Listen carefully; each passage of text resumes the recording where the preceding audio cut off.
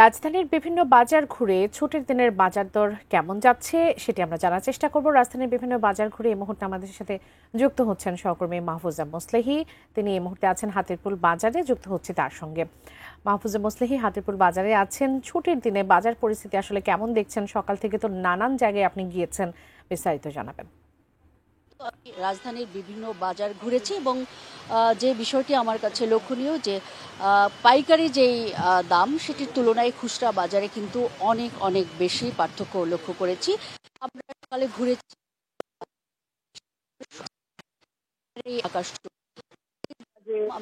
অজুহাত দিচ্ছেন সেটি হচ্ছে আসলে এই যে বর্ষাকাল এবং বর্ষাকালের যে টানা বৃষ্টিপাত তাতে কিন্তু ফসলের জমি অনেকটাই তলিয়ে গেছে। এর ফলে কিন্তু সরবরাহ কম বলছেন তারা, এবং যারা আসলে কিনছেন তারা কিন্তু বারবারই বলছেন যে যতটা না ফসলের জমি তলিয়ে গেছে তার চেয়ে বেশি কিন্তু সংকট দেখা দিয়েছে।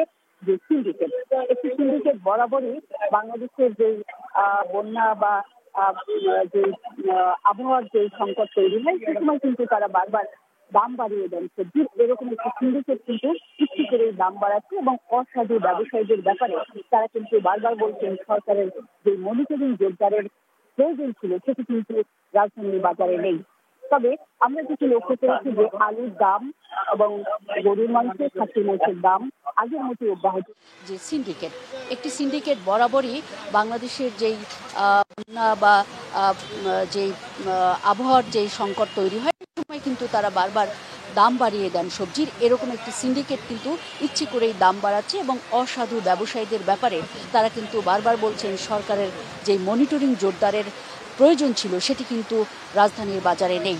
তবে আমরা যেটি লক্ষ্য করেছি যে আলুর দাম এবং গরুর মাংস, খাসির মাংসের দাম আগের মতোই অব্যাহত রয়েছে, দাম কিন্তু বাড়তি নয়। এটি 800 টাকা কেজি দরে কিন্তু গরুর মাংস বিক্রি আমরা দেখছি।